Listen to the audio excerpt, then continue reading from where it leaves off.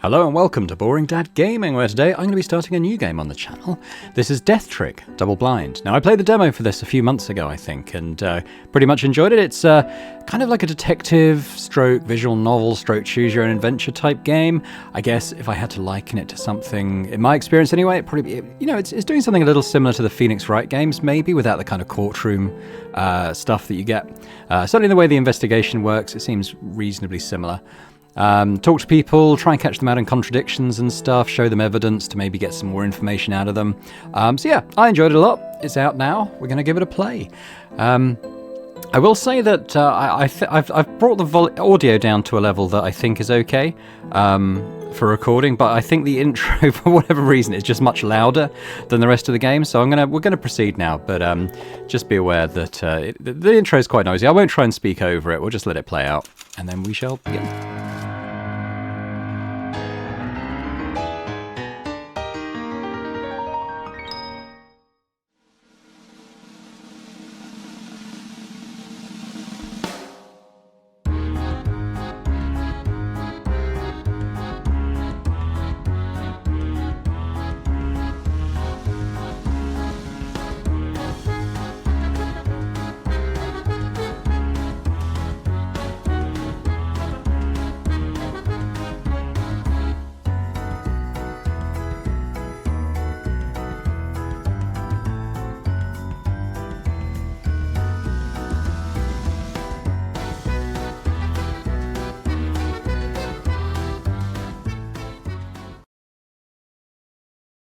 Here we go.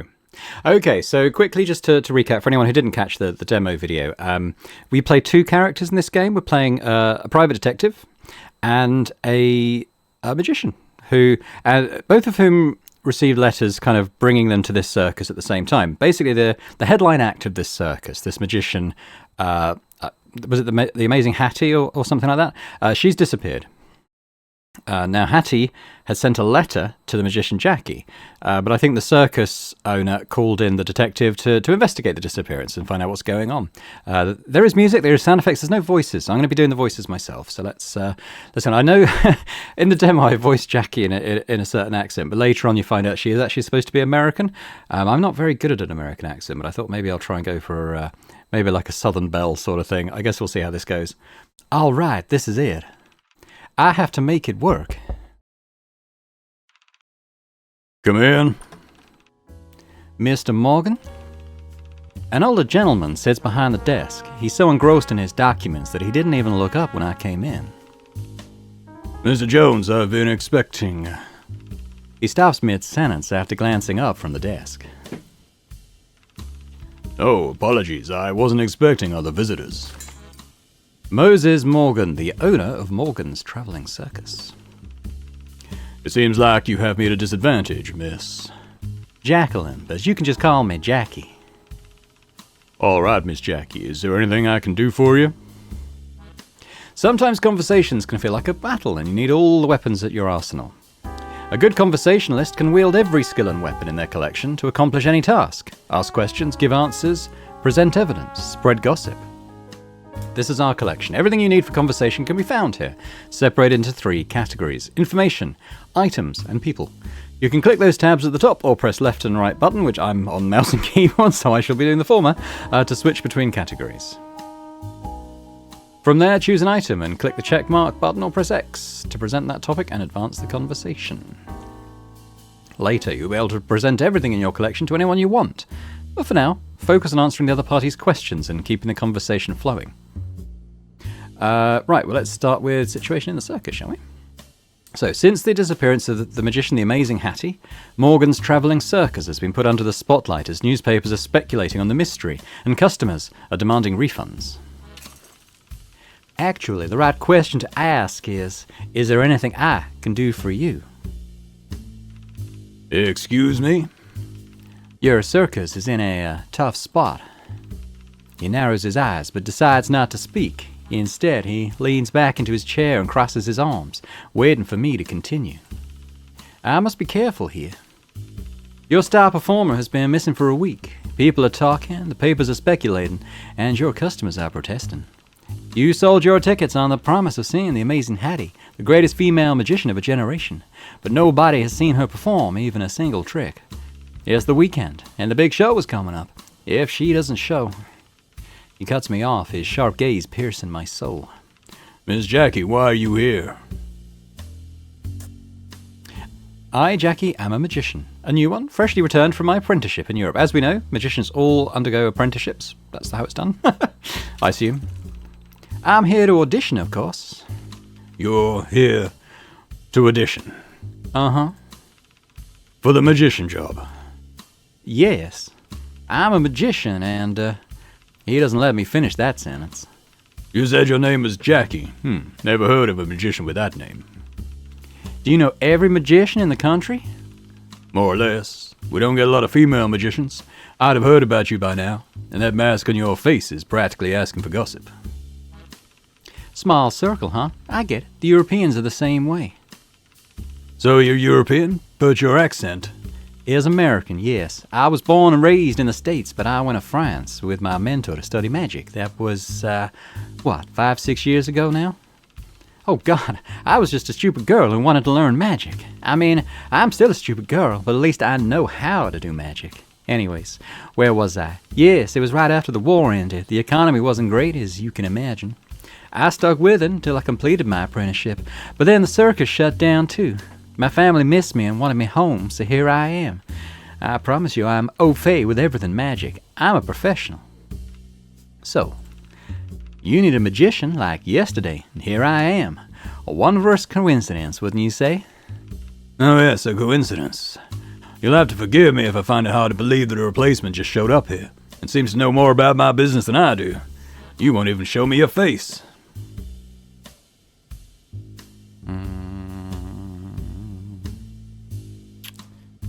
The mask is on for a reason. I wear the mask for a reason. I'll explain later. By then, you'll be begging me not to take it off. Trust me. It'll take some magic for that to happen. Well, that's what I'm here for. No offense, Miss Jackie, but I'm going to need something more than talk to convince me. I have a business to run and a reputation to uphold. How about this? You said you're here to audition, so audition. Show me a trick. Alright, I guess we're going to do the mind-reading act. My signature trick is a telepathy act. People often ask if it's real or fake. Well, if I can give the right answers, does it matter if they come from my mystical powers or just good old human trickery? Oh, that makes sense, of course. I do your usual stuff, rabbits in hats, card tricks, escape acts, that sort of thing. But my specialty is mind-reading. Mind-reading, or a mind-reading act?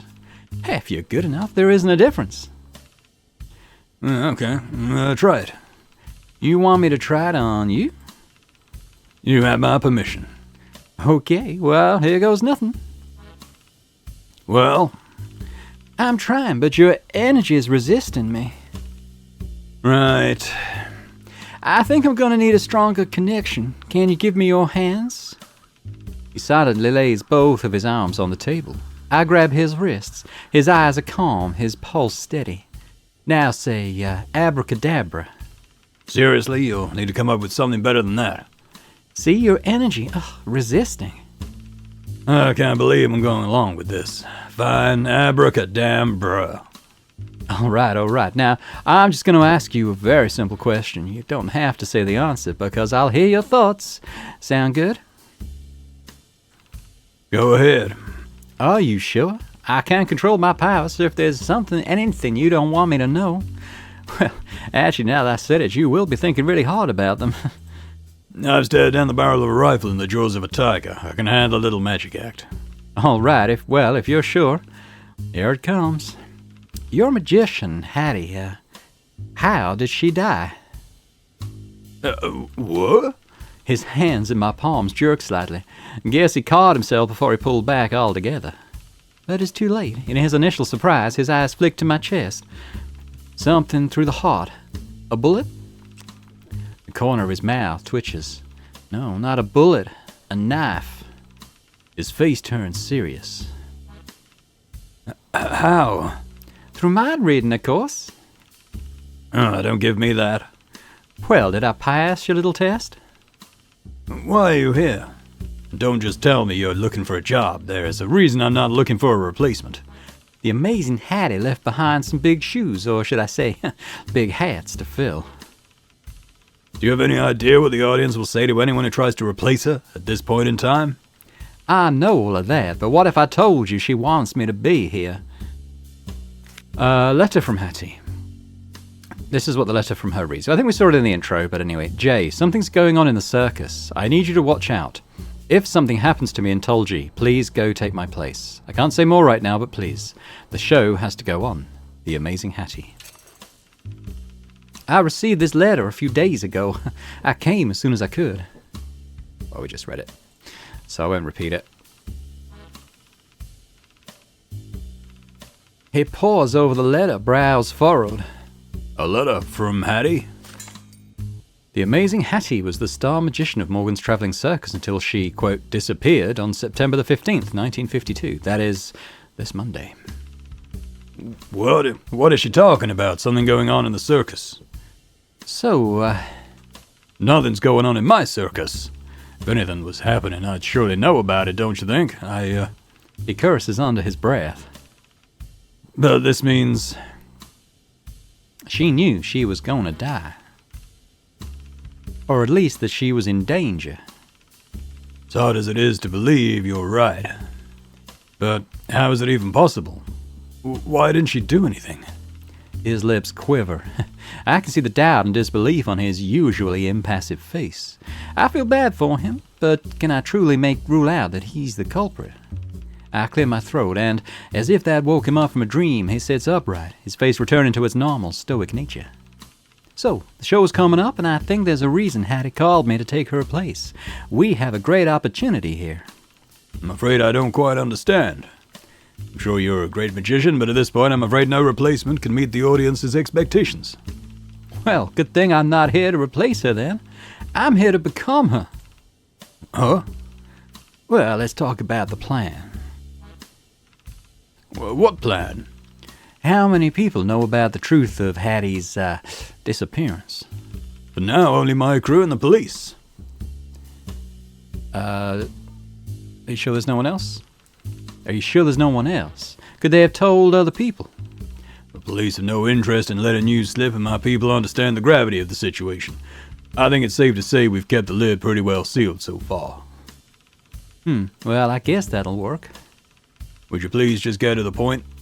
Well, let's say, hypothetically, what if Hattie wasn't dead after all? I can pinpoint the exact moment his face switches from confusion to understanding. You're gonna be Hattie? Well, let's say the reason for her disappearance is that her face got injured in a practice incident. Now she has to wear a mask to cover up the wounds. Well, you said I'd be the first one to stop you from taking it off. He lets out an incredulous laugh. Well, you had all this planned out from the beginning, didn't you? Well, I am a magician. Well, I'm not gonna lie, having Hattie back at least until we get the big shows out of the way would certainly solve a lot of my problems right now. As you pointed out, our circus is currently in a bit of a delicate position. But I cannot, in good conscience, agree to this plan of yours. What? Sorry, what? Why, come on, don't tell me that you're sticking to some bullcrap about not lying to the audience or something. In case you ain't noticed, deception is kind of in the nature of our trade. No, well, that's not ideal, but I don't think it's breaking any non-existent code of ethics or nothing. Then why in the world would you say no? Do you enjoy being grilled by the press and customers every damn day? He crosses his arms. I don't know if this has occurred to you, Miss Jackie, but the killer is still out there. This crazy plan of yours will surely draw their attention and therefore put you in mortal danger. You're worried about me? Oh, that's real sweet, but I can take care of myself. You don't understand. I will not have another death happen in my circus. Oh, trust me, nothing's gonna happen. How can you be so sure? Well, think about it. Whoever killed her was definitely counting on her to get out of the way for something, so my appearance is gonna put a wrench in their plan. If it were you, what would you do? Well, I've no idea. Exactly, you'd panic, scramble to come up with something new, right? That's when you make mistakes. A magician should never do a trick when you think someone's seen through it. So you want to, what, talk to everyone, see what their reaction is? How's that gonna help? Mind reader here, remember? I'm not some detective with a magnifying glass concerned about footprints or crime scenes. I deal in matters of the heart.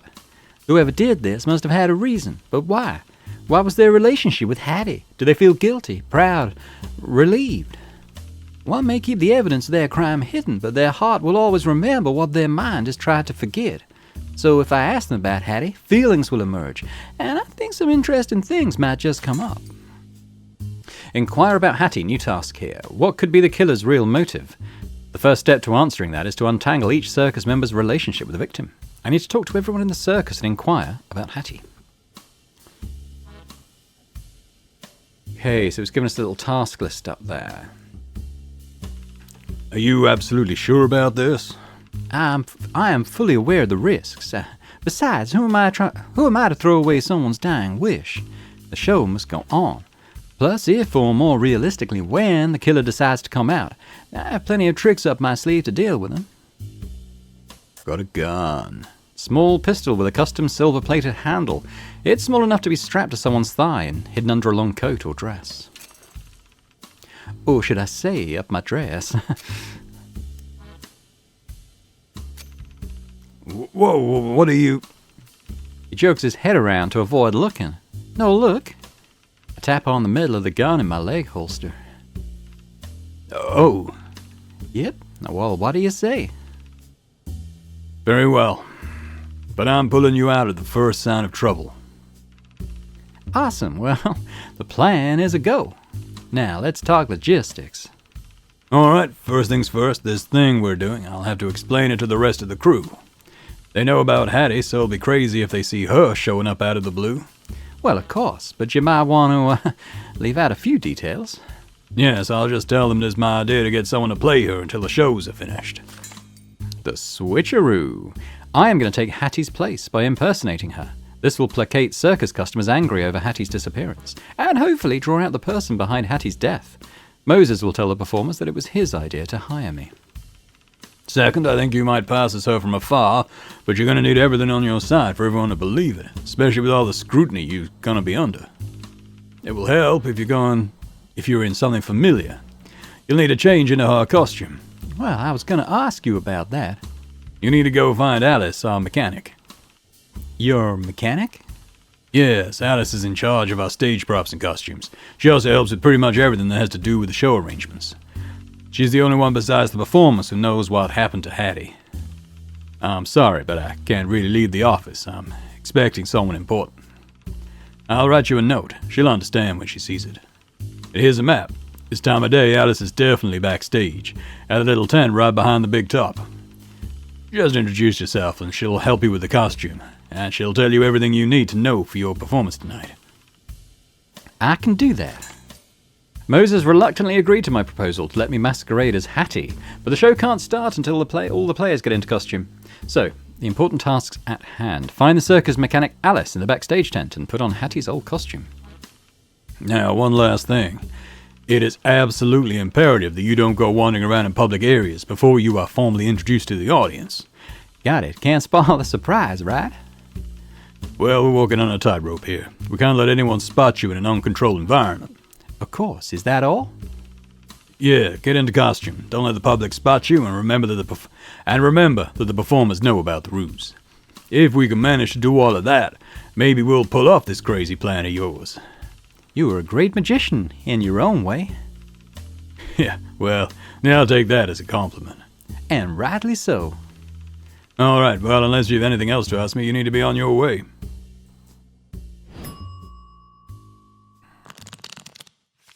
Ah, now we have our detective character. Oh, my head hurts. Where am I?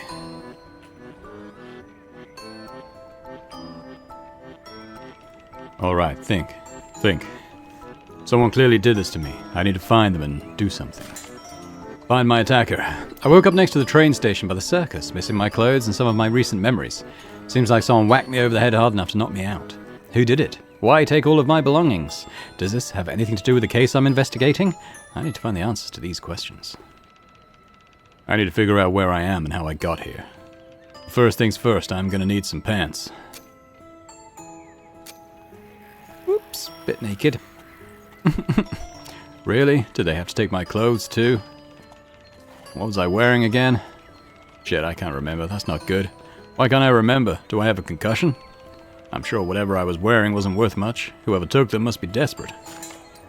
I woke up in a corner behind the trains without my money or my clothes, but with some fresh head trauma. I think I was knocked out by a robber looking to make some extra cash.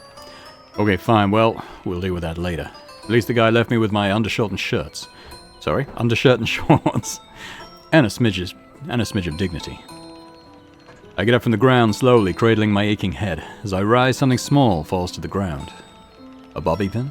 Must have fallen out of my pocket when they took off my jacket. Bobby pin, a tiny double-pronged hairpin, useful if for holding long hair in place. Useful if for holding... I think the word if is out of place there. Useful for holding long hair in place, or for detectives in inconspicuous lockpick. These were in short supply during the war due to metal rationing efforts. Now fully awake, I stand awkwardly in my undergarments in an unfamiliar place. I take a peek around the corner. Not many people are around. I step out from behind the train cars and get the lay of the land. Huh. I have a feeling I'm not in San Francisco anymore. Oh, West Coast accent. I'm not going to try. I'll just carry on the way I've started. Of all places, why a circus? I look around to see if anyone's around to give me some much-needed information. Unfortunately, only the chilly autumn air fills the field. But I spot something in the distance, a payphone next to the train station. Right, I can call Ruth. Hopefully she can tell me something about whatever case I was working on. I'll rub my arms for some heat and head to the phone booth. Is it really that cold, or is it just me feeling naked? I duck into the phone booth and close the door. Let's hope Ruth has some good news for me. At least tell me I have a hotel room nearby with some clothes or something. Shit, I'm an idiot. Of course, I don't have a cent on me. Shit. Well, no one around to help either. Maybe I'll get lucky and somebody forgot to collect their change. No dice. Okay, only one way left then. If I can ground the transmitter, the circuit will work as if a coin passed through it. I need something small and metal. How about the bobby pin?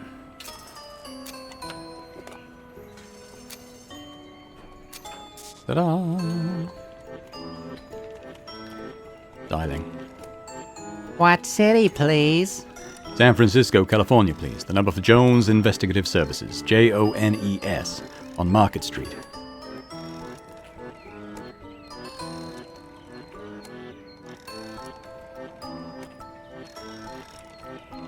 Checking on the Jones Investigative Services, Jones on Market Street. Got it. Patching you through.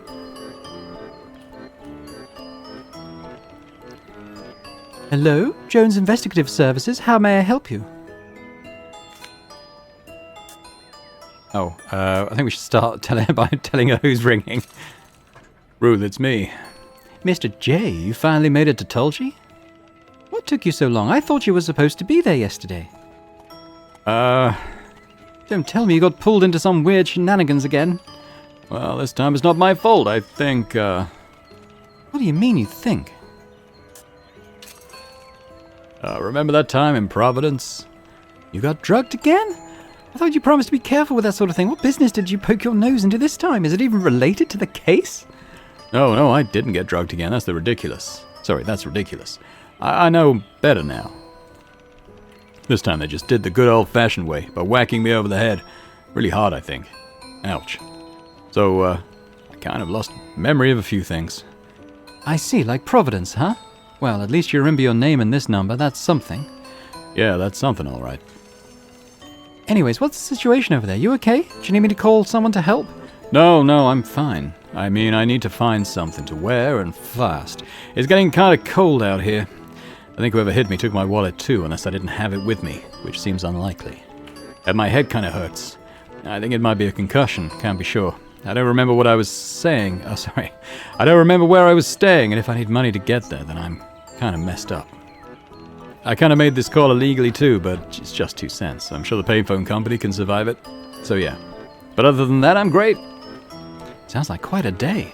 Last thing I remembered was when I was in San Francisco. I'm definitely missing a few days. I'm going to need some catch-up if you don't mind. Well, Mr. J, with the amount of time your brain gets tossed around in your skull, it's a wonder you have enough mind left to be a detective. Well, that's why I'm the best person for the job. You keep telling yourself that. Anyway, I assume I'm here for a job. I remember something about a call from the Tolji. That was like 4 or 5 days ago. Seriously? Whoever knocked you out must have got in a good hit. I think I know the basics. I can give you a rundown of the case. Who's the client? Our client is Moses Morgan, the owner of Morgan's travelling circus.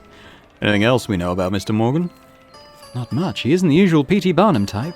From what I could gather, he's not really one for the spotlight. But he seems to have a good rep in the business, popular in the industry, no major complaints against him. Which could either be a very good sign or a very bad sign. Well, I guess you'll find that out for yourself. What happened at the circus? Their magician, the Amazing Hattie, is missing. Since when? Since Monday. Almost a week now. So, the magician's been missing for almost a week. Why haven't they called the police? From what I understand, they did. And why are they calling me? You'll have to ask the client that. Okay, well, I guess I need to talk to the client as soon as possible, or maybe I already did. What a thought. Well, I can't, go see him dressed like this. Please tell me you know where I'm supposed to be staying. Who do you think books all your rooms? Your motel is on Shermer Road, right next to the circus. Shouldn't be any trouble finding it. Alright, well that's the plan then. Motel, get dressed, meet the circus boss. My client is Moses Morgan, the owner of Morgan's travelling circus. He hired me to investigate the disappearance of his star magician. I need to talk to him, but I need to look presentable first. Hopefully I can find some suitable clothing at back at my motel room. Okay. I'll get on it. Thanks, Ruth. I'll see you when I get back to San Fran. And say hi to Thief for me. Don't let him steal too many sandwiches. Be careful. Wait until your mother hears about this young man. I was hoping to avoid that. Well, you should know better by now. That woman knows everything. Well, at least hold off on tattling to her until I get the chance to do it myself, please. Well, you're the boss. Wait, one more thing before you go. What? Be careful doing your detective thing in the circus. Yep, we already covered that. My head will remain intact for the rest of the investigation. I promise. I don't mean be careful with yourself. That's a lost cause at this point. I meant be careful with the circus people. What do you mean? Look, I had a cousin who was in the circus back in the day. The Carnies, well, it's almost like they had their own little secret society. They're insanely protective against anyone they They're insanely protective against anyone they view as an outsider. They'll cooperate if forced, but they'll never tell you anything useful if they don't trust, or at least respect you. So don't go all the way in doing your thing. What thing? I don't have a thing. Just don't be so you. It might make them anxious. Oh, what does that mean exactly? I can hear her sigh into the phone. You look like someone who wants to make massive arrests. But I'm not a cop. Just be more gentle than usual, okay? Try getting them to trust you. Well, easier said than done. I know. Circus secrets. Ruth told me that Carnies are notoriously wary towards people they view as outsiders. That could make my investigation difficult. Never mind, I'm sure it'll all work out as usual, though I have no idea how you keep pulling it off. Anything else, boss? Nope. Well, you better go then. Lots of work to do. Sometimes I think she only calls me boss to humor me. I steady myself and open the payphone door again. I peek my head out to see if anyone's around. But this time I catch a glimpse of someone, and they're holding something awfully familiar. That looks a lot like my wallet. And the stranger, the robber, probably is rifling through it. I approach quietly, formulating a plan in my head. He's about 6'4", with wide shoulders and arms like cannon barrels.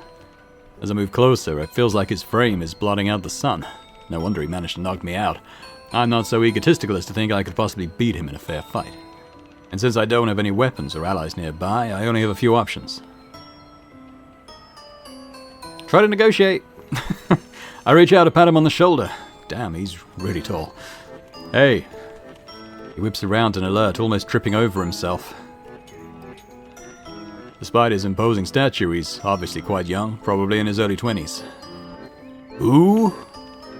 Didn't think I'd wake up quite that quickly, did you? Joke's on you, this ain't my first rodeo. What? Shit, listen, you don't want to make a scene, do you? I guess not. So how about this? I'll let you keep the cash, but I really need the rest of the wallet back. There are some personal things. Worthless to you, but priceless to me. What? I'm not going to... Did you say that this is your wallet? Come on, you just took it from me. And where did you put my clothes? I didn't do anything like that. I think you may have the wrong person. I just found a wallet on the ground, just over there outside of that train car. I was checking inside to see if there was a name or a picture or something. That makes a lot of sense, actually. Oh. I'm so sorry for the misunderstanding. He scratches his head and laughs it off. Hey, don't worry about that. I'm sorry what happened to you. I'm sorry, what happened to you? Well, I think someone knocked me out and took all of my stuff. So when I woke up and saw you holding my wallet, well... In my defense, my head is still fuzzy. Probably a concussion. You sure this is your wallet? Well, you checked inside, right? It probably has my business card in it. Jones Investigative Services. He looks again and pulls out the card. When mystery surfaces, call Jones Investigative Services. Oh god, we really need a new slogan. And over there in the pocket, there should be a photo of my cat. It says thief on it. Why does it say thief? That's his name. My friend found it hilarious because I'm a detective. He looks at the photo and smiles. Ah, little guy. His gaze lingers on the photo for a few seconds before putting everything back in its place and handing the wallet back to me. Well, sorry about that. Here you go. I look inside the wallet. There's the name card, the photo, and surprisingly about $20 in cash with a few quarters to boot. That's not a small amount of money. Probably a week's worth of salaries for an average worker. Leather wallet, it's old and beaten down, but it's mine. Inside there's a photo of my cat, Thief, and a business card for my office. Jones Investigative Services. I got it back with little more than $20 inside. There are still $20 in here. Yes, you said you were robbed? Something doesn't make sense here. Occasionally, you may realize the information you have doesn't add up. Someone may be lying, or you may be making the wrong assumptions.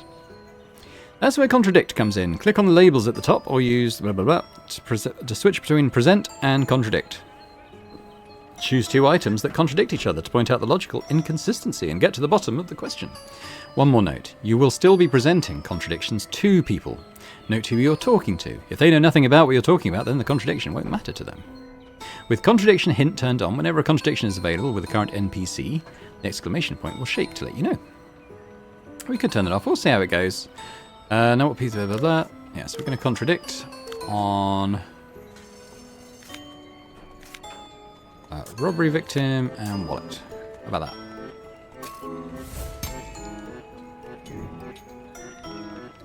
A robber looking for money definitely wouldn't have left more than $20 of cash in my pocket. I thought whoever robbed me must have been looking for money. But there's still cash in my wallet. That'd be the first thing they'd take. Perhaps they didn't see the wallet fall to the ground and that's why they took my clothes. They didn't find any money, so they took whatever they could. You said you found it by the train? Yes, it was sitting out in the open. I don't think they could have missed it if they were looking for it. I'm surprised someone else didn't grab it before I did. Luckily, not a lot of customers come around here. Interesting. Guess it might not be about the money then. I should correct my previous theory.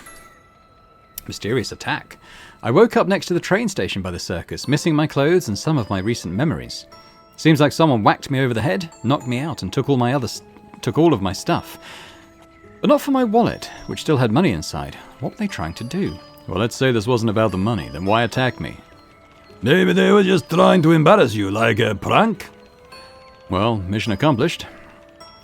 Can you think of anyone who might have it out for you?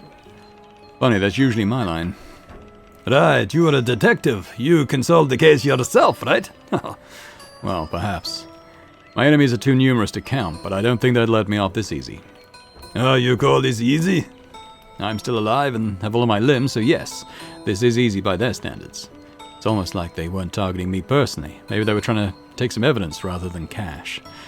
I'm growing more and more curious about this case of the circus. And speaking of the circus, there is one more thing I wanted to ask you. You work here, right? Yes, how did you...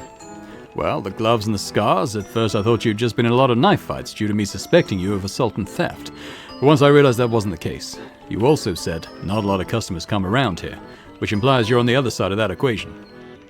A massive circus worker with a lot of scars from cuts or slashes. You're the animal trainer. Ah, brilliant! Is that what detectives do? Well, don't give me too much credit considering how wrong my first guess was. Sorry for the whole, assuming you're a criminal thing, by the way. Chalk it up to the concussion. Oh, by the way, my name's Rolf. Our circus is called Morgan's Traveling Circus. Rolf is the animal trainer. Rolf's traveling circus.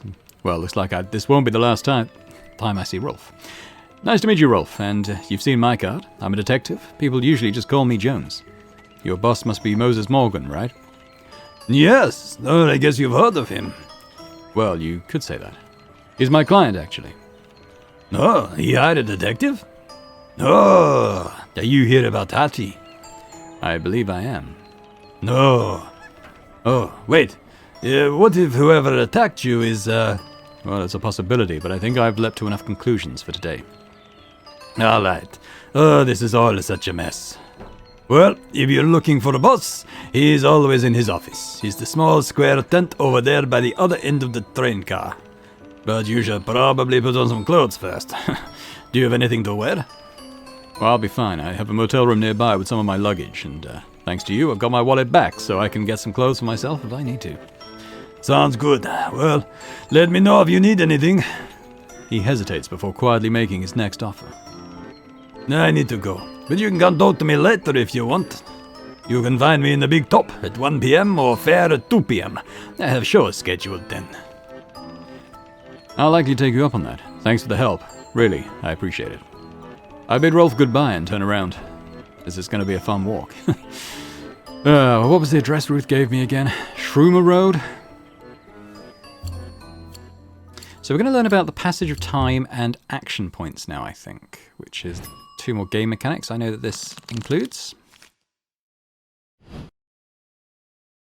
So we've advanced the clock to 10 p.m. Sorry, 10 a.m. I think, actually.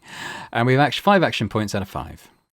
Okay, Moses asked me to go find Alice backstage. What did he say again? The small tent behind the big top? Okay, yes, we've got a little map. Oh, okay. So maybe we could go anywhere, but we're kind of told that we should go there. But we've got some train cars, an office, the big top, fortune teller, the fair, stable. Let's go backstage. Backstage is actually just a small tent behind the main performance tent. I slip in from the back and pull the curtain. It's not exactly tidy, but it's significantly cleaner than I expected. A splash of loud colors compete for attention, from the outlandish costumes to wildly patterned fabrics. Various fantastical stage props are piled around the small room, making it look like some sort of fairy tale storage facility. I clear my throat. Ahem. A tiny girl, a young woman, pops out from behind one of the big boards. A string of soft clinking and clattering follows her movements as tools rattle around in her pockets. She eyes me up and down, obviously wondering if I'm supposed to be here, but decides again, speaking first. Ah, you must be Alice. She nods once. Alice is the mechanic at Morgan's Traveling Circus. Great, well, I'm Jackie. What are you doing here? Yeah, she's going to be Cockney.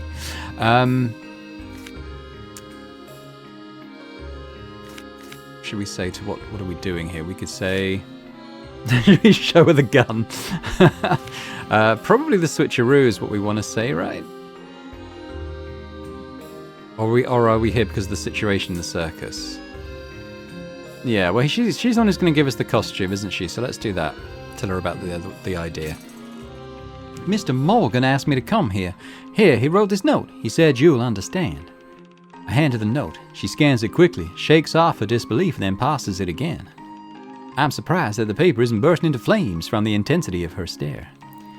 Is everything okay? Huh? I said, is everything okay? Oh, yeah. It's okay, I guess. She stares at the ground in stunned silence. I just can't believe. What was he thinking, dressing someone up as her? He didn't even tell us about this.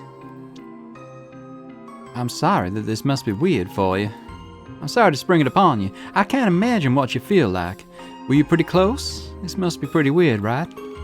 You don't feel like her? Well, that's because I'm not. I'm just gonna pretend for a bit. Are you okay? Yeah, well, it just doesn't feel real. I never thought... How did everything come to this? Is this really gonna work? Well, we'll see. But first, I have to get into costume, so to speak. Right. Moses wants me to help with the costume. She looks me up and down. I think you'll fit in her old one. Can I take some measurements?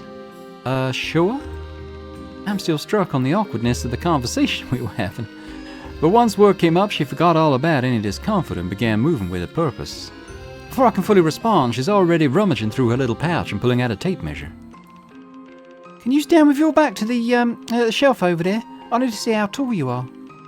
She charges towards the corner with a large shelf and and clears a place to stand. Yeah, let me just move the eye out of the way. You can stand here on the right side. Back straight, please. Yeah, like that. I put my back to the shelf just as she pins one side of the tape measure onto the bottom and stretches it to the top of my head. With her short stature, she has to resort to getting on the stairs next to us and read the results. Looks like you're right around 5'8". Hattie was 5'6". Oh, I could have told you that. My height, I mean. Sorry, I just like to measure things myself. She snaps the tape measure back and pulls out a soft tailor's tape from behind her pouch, wrapping it around my shoulder and waist. Hold your arms straight out to the sides. With a tape measure in her hand and number scribbled on her notebook, she now looks comfortable and self-assured. She's in her zone. All right, I'm done now.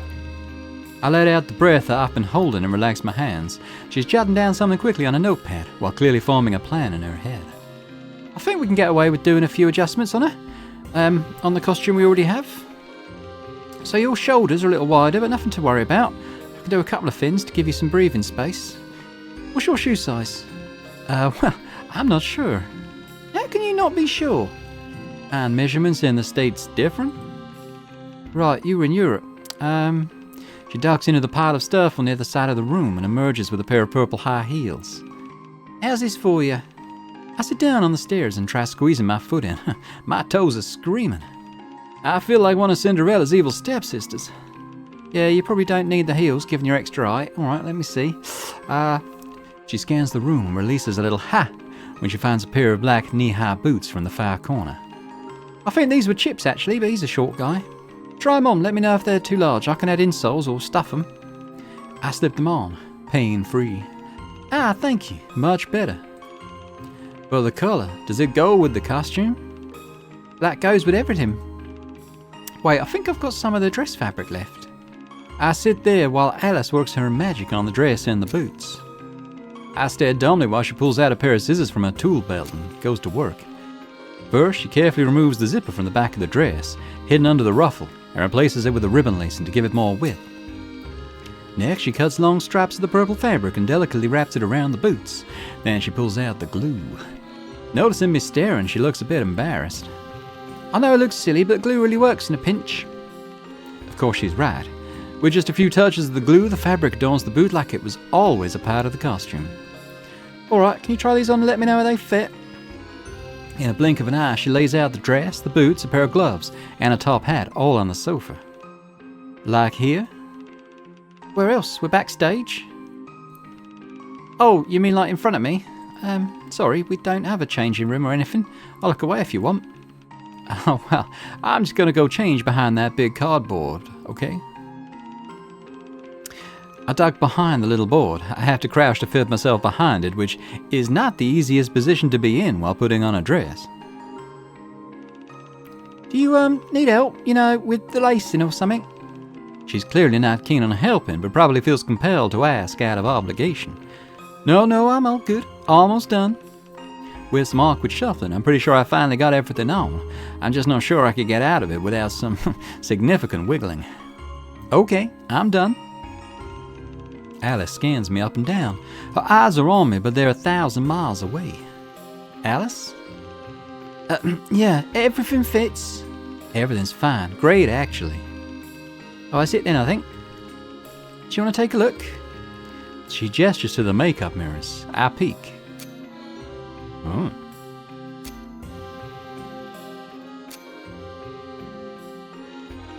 I hardly recognize myself. Whoa. Looks... Oh no. Task complete. So, I'll be keeping this for the big show tonight? Sure. Hattie's costume, a magician's get-up, complete with a top hat and gloves. The outfit is pretty modest by circus standards, but the ruffles and colours are still rather flattering. I just need to not think too much about the fact that I am technically wearing a dead person's clothes. Maybe she was killed in those clothes. Oh, actually, no, I think they haven't found the body, have they? Or have they? Not sure. Oh, that reminds me, we should talk a little about show arrangements. Big show starts at 7 p.m. every night and goes on until 10. Usually the ringmaster does a routine to introduce all the performers up front. Since your appearance is supposed to be a surprise, I think it'd be better for you to only do the closing act from 9 till 10. Come back here at 8 p.m. so we can go over some last-minute arrangements. Surprise appearance, new task. As Hattie, I need to pull off a surprise appearance and closing performance for the big show. Alice, the circus mechanic, suggests I should check in with her at backstage at 8 p.m. to go over the final arrangements. Everyone will be in the big top watching the show, so you won't need to worry about someone seeing you. What set are you planning to do tonight? You need anything for props? I'm still trying to figure all that out. Do you mind if I ask you a few questions? What does that have to do with your performance? Well, I'm new here, and the boss is busy, so he didn't tell me much about everything that's going on. I can't decide on what to do if I don't have the full picture of the circus and what the audience will expect.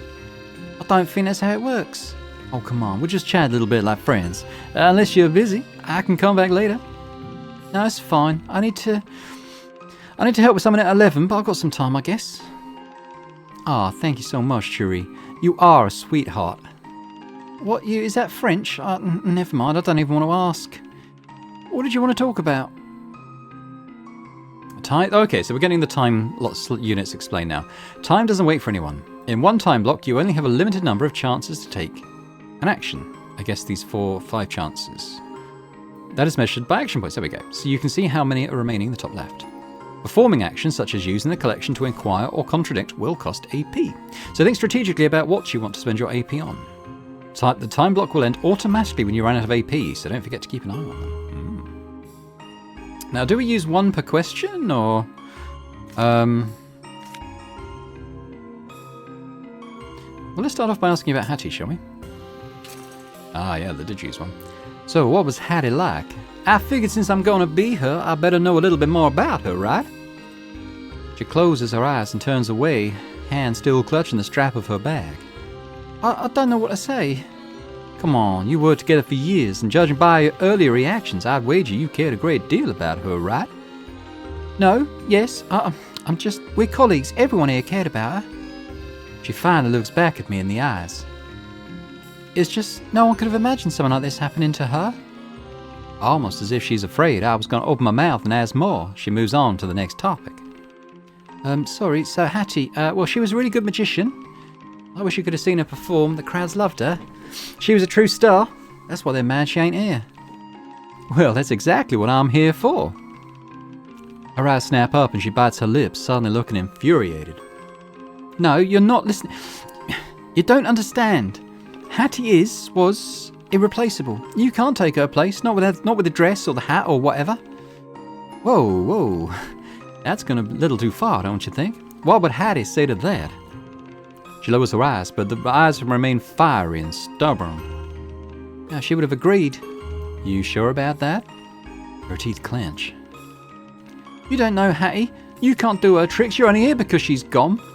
I knew Hattie, actually. Huh? I knew Hattie before all of this. But I've never heard her mention. It's not important, though. You're right. I can never become Hattie. I'm not her. Sorry, it's not... I don't mean it as anything against you. It's just having a hard time with... I just don't think anyone can take her place, or that anyone should. Alice says Hattie's position as the star magician of Morgan's travelling circus is irreplaceable, and that she doesn't think anyone can or should take her place. She insists that Hattie would have agreed with her. She shakes her head. Never mind, it's silly. Sorry if I was... I don't mean to offend you. No, I apologise, I overreacted. We could ask about the boss. How long have you been working for Moses? 4 years now. And what do you think about him? What do you want to ask me about the boss? Didn't he send you here? I just wanted to ask what it's like to work for him, employee to employee, that kind of thing. You don't need to worry about that. Moses is a good boss. Why do you say that? He's always on time with the money, even when business is slow. He's good with people, doesn't make us do their stuff we don't want to do. I don't know, he's just nice, I guess. Oh, forgive me, I'm not too familiar with the American circus business, but from what I understand, he has a pretty good reputation here, yes? Yeah, Moses has been in the industry forever, He knows everyone, and everyone who's somebody in the circle knows him. Good to know. Thank you for your honesty. That's fine. I mean, we'll be co-workers. You need to know what kind of person he is, right? That's very true. Do I show the letter from Hattie? Or do we sort of ask him more about the irreplaceable thing? When you said you think Hattie is irreplaceable, I'm sorry I said that. I didn't think about your situation. No worries, but I'm just curious what you meant by it. Do you mean her skill as a magician, her fame, or simply her as a person? I don't know, I'm being stupid, I guess. I know the circus needs someone now, I just wish this had never happened. I'm not being fair to you, I know. She pauses, her nails are digging into her wrist. So what about you? What's your plan? Plan? I mean, you can't dress like this and call yourself Hattie forever. Oh no, well, this is temporary. So once this blows over, you're going to be performing as Jackie again with us? You mean like in the circus? Travelling with everyone? She doesn't know about the letter yet, among other things, so it's probably best to be vague for now. I don't think so. Nothing against the circus, but I'm not sure I'll be sticking around. So what's the point? You're just here to masquerade as a dead person. That's, And then, whenever the press or the people stop caring about you, you're just going to disappear? What? Her anger catches me completely off guard. I thought you didn't want a replacement. It's not about that. What will people think about Hattie and... Breathe in. She's grieving. Breathe out. I can't blame her for reacting emotionally. And what happens to the circus then? We'll just be left hanging without a magic act. Hey, I understand the frustration, okay? I get that everyone here must be concerned with all the uncertainty. But Moses only asked me to be here to handle this emergency. Everyone will have to decide how to move forward from here. But we don't have to do that right now, okay? She blinks as if a fog is clearing from her mind. Sorry, I don't want... It's okay. Can we please talk about something else? Let me show you my gun. Maybe not. I do think maybe else... I'm going to show her the letter. No, this would reveal everything to the potential killer. They're all suspects for now. I have to be a little more sure before showing this to anyone else from the circus. Okay, fair enough. Okay, I we could contradict her. But no, there's no point, because there's been nothing to contradict. We can ask her about her.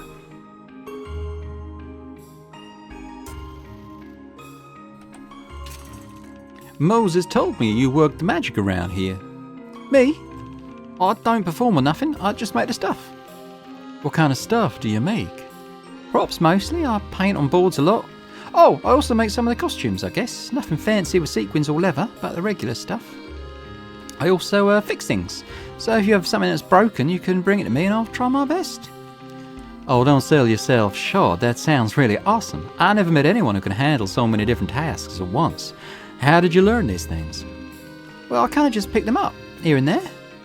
I learned most of the technical stuff from the old mechanic. He's retired now. And, well, I knew how to draw before I came here. Before you came here? Yeah, someone in my family is an artist. Well, he knew how to draw. I don't know if that makes him an artist. He definitely likes to think he is. A wry smile passes her lips, but her brows narrow. I hate drawing. I hate the way it smelled. I hated the expensive paints. I hate the other artists who would host parties in their tiny houses with their wives running around scouring cupboards for enough bread for everyone. I hated all the time he'd spend staring at a blank canvas trying to come up with something that would never get into galleries. He'd rather do that than take a job or make an ad to make anything of value. I butchered that. He'd rather do that than take a job to make an ad or anything of value. When I came here, I said I'd do anything if they just let me stay. And Howie, the old mechanic, just looked me up and down and asked, "Can you walk a tightrope 20 feet high in the air? Can you juggle balls, clubs and knives? Can you stand on horses? How about carrying 150 pounds of luggage? Cooking meals for hundreds of people in a tent? Doing people's hair and makeup with electricity or running water?" I couldn't do any of those things.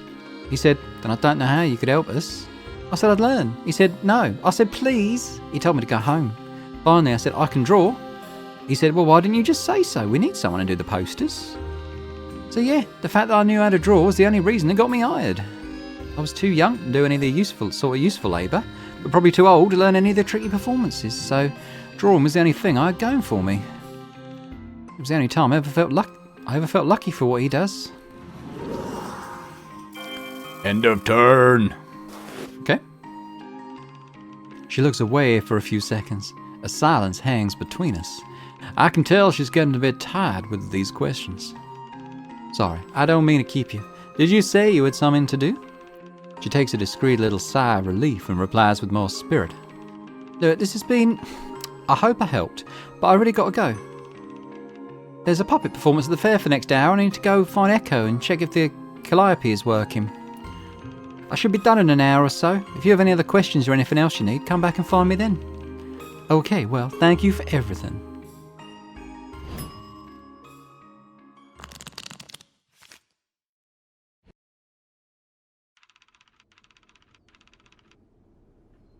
Just quickly checking the time of the video, but I think that's probably a good place to leave it for now. So, coming up for an hour mark, we'll leave it there and we'll come back and... I'm not exactly sure how it saves. I think I can save anywhere, to be honest. Yeah, hopefully so. So I don't think we'll lose any progress or anything. So I'll just say thanks very much for watching this first episode of Death Trick Double Blind. I hope you've enjoyed it.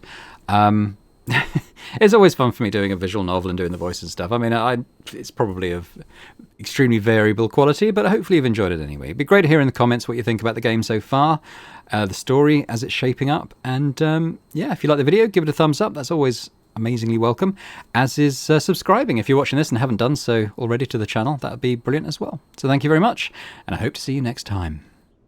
Bye for now.